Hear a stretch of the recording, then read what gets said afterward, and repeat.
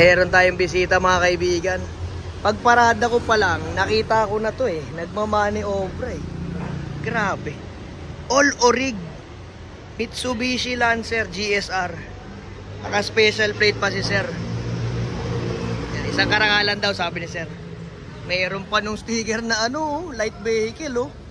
Yan yung pinakauna oh. Hindi tinakpan ni sir. Laurel kasi si sir. 777. Walang ni-retouch, walang ni-repaint. Kaya kahit madumi, kita mo eh, naunat na unat siya eh oh.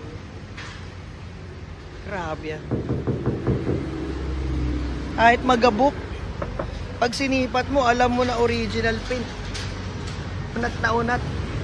Ayaw ni sir ipapa-repaint. Gusto niya, original paint. Ayan, yun yung goma oh. Umuurong na. Loob, labas, orig. Pati daw mags. Sabi niya, ang pinapalitan lang daw niya rito, brake pad, ATF, tapos change oil. Grabe yan. Saan ka naman nakakita ganyan? 2000 model. Mga 90s hanggang 2002 yata yung ganito eh. Orig-orig. Ayaw daw niya ng modification. Latang lata. Napapanot na nga oh. Malabas na yung factory primer oh. Sa kantuhan. Yan, pag kayo mag-aano ng sasakyan, yan, madalas yan sa mga car cover nang yayari yan. Yung mga kantuhan napapanot. Grabe. Ang sarap katukin. So yung low, pakita ko sa inyo. Original seats. So yung cracking, normal lang yan. Sidings, orig. Red stitch talaga. Ayan o, yung may GSR pa siya o. Automatic to mga kaibigan. Ang linaw ng gauge ni sir o. Grabe. Kadalasan sa ganito, bungi yung ganito. So yung kay sir, orig pa din. Hindi pa napapaltan. Diba yung mga hotdog, yung mga pizza pie, madalas makikita niyo bungi-bungi na yung louvers. Yan yung na-experience ko doon sa mga kotse kong ganun noon eh. Yan, automatic na may manual mode. Backseat nya original. Grabe. Hindi masyado naupuan yung likod nung kay sir oh. Sadyang ganyan yung lukot nya mga kaibigan ha. Hindi yan nalukot. Design yan parang sa mga Zephyro yan. Ay, ganyan talaga na. Pakita ko sa inyo yung engine bay. So ito yung mga ano nun eh, sikat na sikat noon. Mga Tudor na ganyan. Ang ganda ng body. Yun oh. Sir, makikihawak ko. So ito lang daw ang dinagdag ni Sir Jan, yung sticker. Natatawa si Sir eh. Sabi niya wala akong binago dyan, ayoko ng modification, sabi ni Sir. Kasi ito stock din daw yan, sabi ni Sir. Pati radiator ni Sir orig, tingnan nyo naman kulay brown na. So payo lang sa mga naka plastic radiator, kapag ganda na yung kulay, kasi yung orig na kulay ng radiator natin pag plastic, yung ganito itim or parang gray ng dark. Yan, yan, mga black na plastic.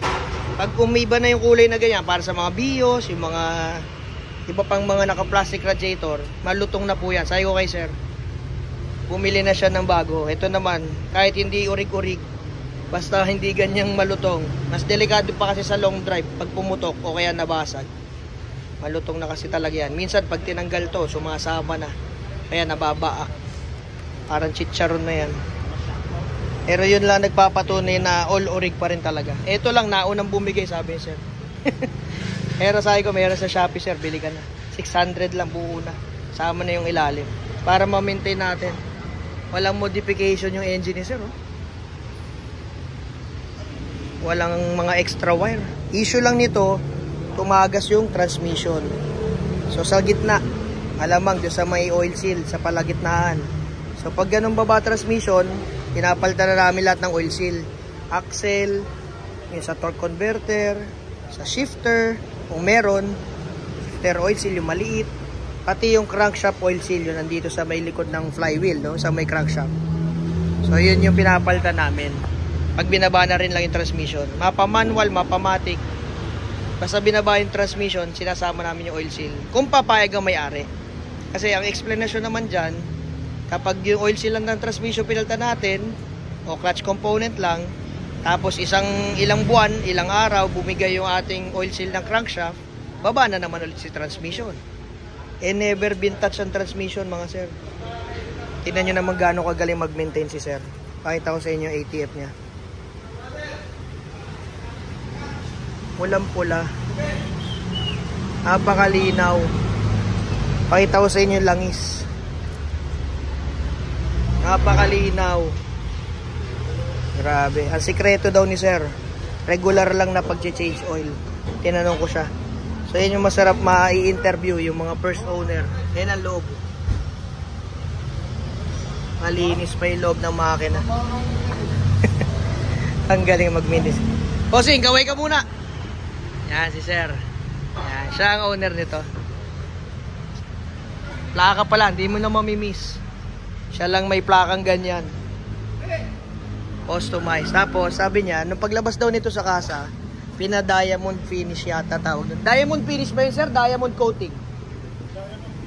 Diamond finish, no? Ayan. Paglabas ng kasa, yan yung usong-uso dati. Bata pa ako, nakikita ko na yan. Ano ba yan? Z-Bart o Z-Bart. Pero nakikita ko sa ilalim ng mga hood tsaka mga compartment, may sticker na ganyan. So yan yung parang ano ngayon, yung umuuso na ceramic coating. Ayan yung dito, tignan nyo. 01-17-02. Grabe. Sabi niya, yun daw yung isang nakatulong sa kanya para daw hindi maluma agad yung paint ng kotse niya. Grabe. Kita ko lang yung mga napalitan sa kotse na to eh. Battery lang. Tapos brake pad, kita ko rin eh. Ano na yung brake pad ni sir? Napalitan na eh. As gulong. Walang modification. Ayan, yung sa aircon dryer, yung filter dryer, no? Maintenance lang, hindi siya nagmo-modify. Ito masarap magagawa, tsaka mabibili yung mga ganitong first own. Tapos maingat, maselan yung may-ari. Sticker pa na ganyan. Thank you kay sir. Sige, pinapahanap lang namin sa auto supply yung oil seal para mabigay yung price kay sir kung magkano abutin. Tapos pag okay sa kanya, iwan na to kasi baba transmission, tapos lilinisin pa natin maigi. Salpak, dahan-dahan yung mga oil seal. O yun lang mga kaibigan. Sinare ko lang sa inyo itong napaka-poging Mitsubishi Lancer GSR ni Bossing. Thank you po.